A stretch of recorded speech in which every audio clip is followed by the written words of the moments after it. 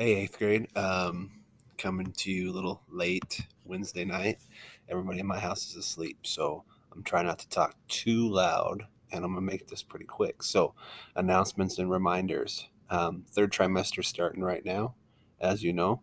So this is a great time to start fresh with some better grades. This is the last trimester of your middle school years. Seems kind of crazy. I remember when you guys were just young sixth graders. And remember, if you want to switch classes, today is the last day. So let's see if you guys can finish strong with your time here. Okay. You probably know that we moved from the yellow to green area of our COVID 19 safety restrictions and guidelines. It's been a long time since we were in green, since September. So things are a little bit different, but make sure you keep bringing your mask. It's great that we've got this far and limited cases this well. I think we're on the downward slope of this thing locally, hopefully. But remember, you're going to need your mask for certain classrooms, and that's always been part of the plan. And you guys have been so just easy to work with this. We really appreciate it. So things are different, but masks are not completely going away.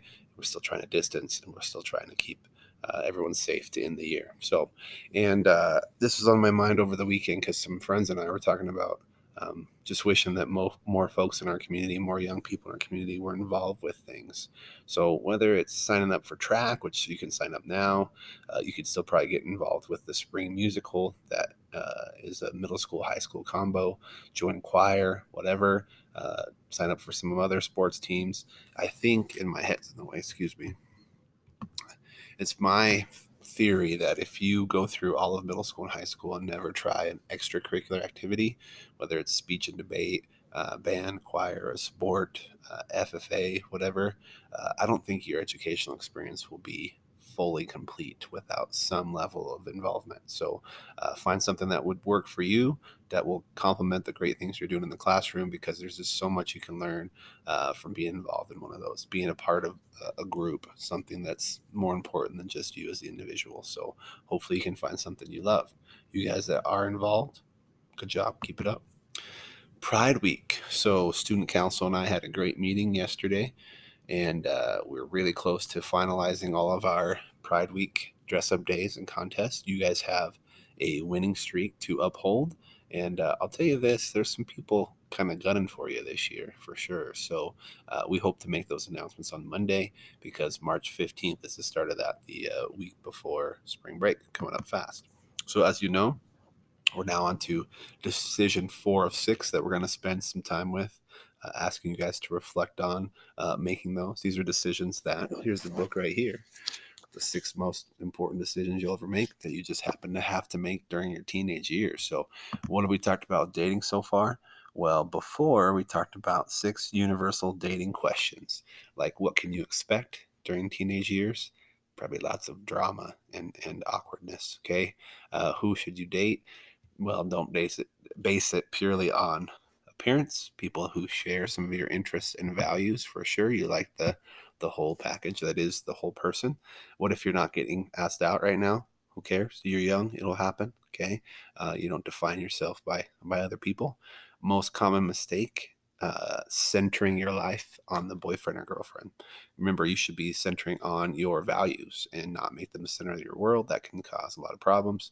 When is it time to end it? We did that through the win-win analogy. If it's working for both of you and you feel like it makes you a better person and you bring out the best in each other, keep it rolling. If not, fix it or get out of there. Okay, shouldn't have that long-term of a relationship right now, anyways.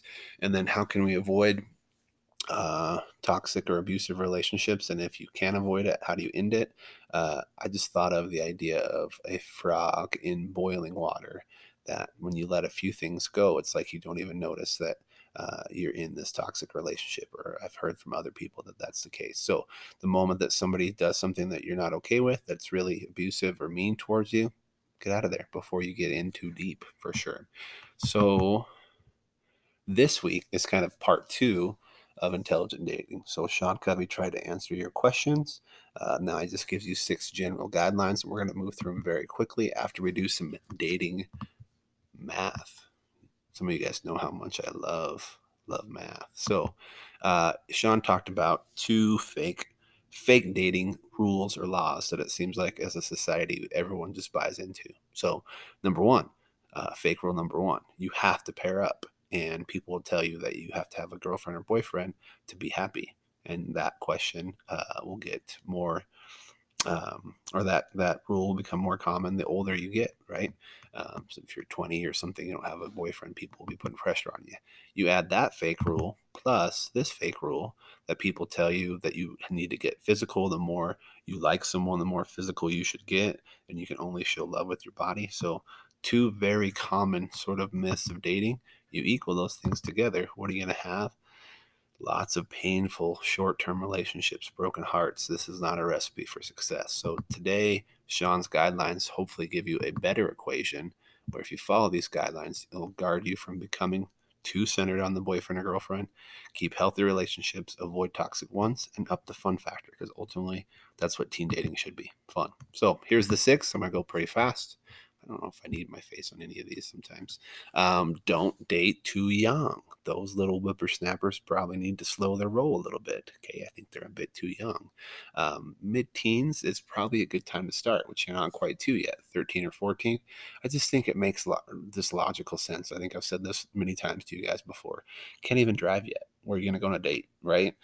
So if you kind of like a boy or girl and you talk to them a little bit at school, that's all fine in middle school. But middle school dating's a little silly till you at least you can drive. Okay, so don't get started too young.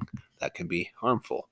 Kind of related to that, date people your own age. This is a funny comedian, Steve Martin, with a much younger girl here. And I would tell you is for them, that seems like a 15, 20-year age difference.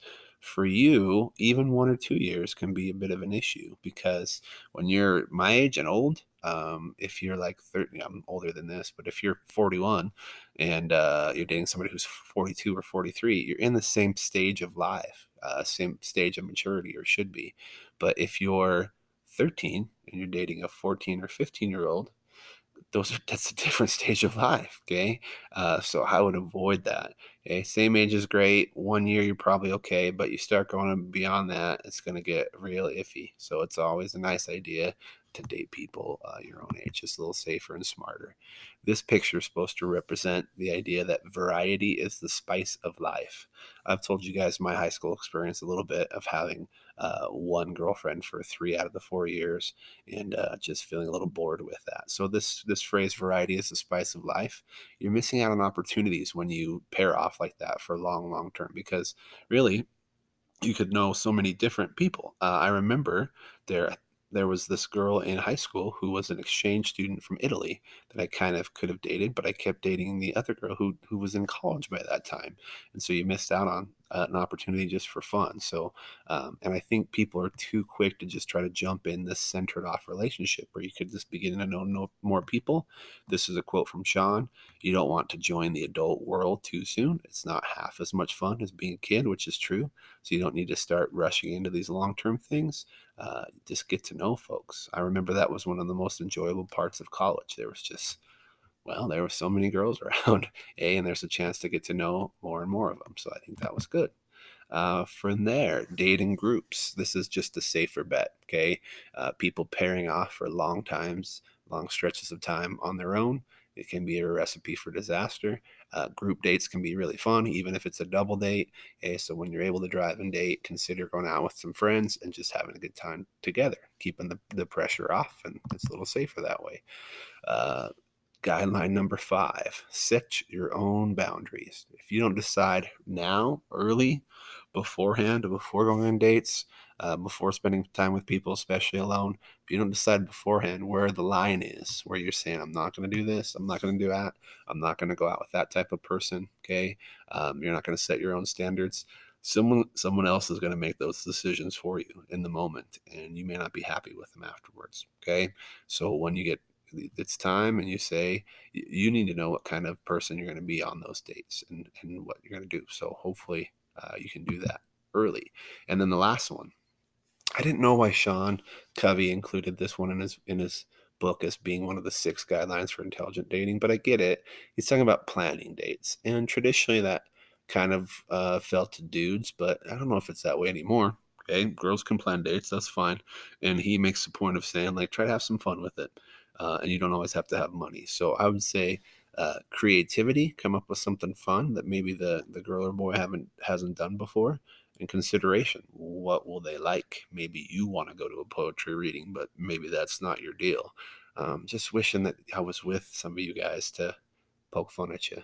I almost thought of some of our rough and tumble uh, dudes in eighth grade that maybe do enjoy a poetry reading, or maybe if you're Carter Payne, you want to take her out and help her make your next YouTube video, but that may not be considerate of her feelings and what she wants to do. So, creativity, consideration. You don't have to spend a bunch of money, but have a plan on what you're going to do on a date, and don't just hang out and do nothing. That's boring. Okay, those are Sean Covey's 6 guidelines for intelligent dating, and what I would tell you is you're only one young once, so really enjoy that time.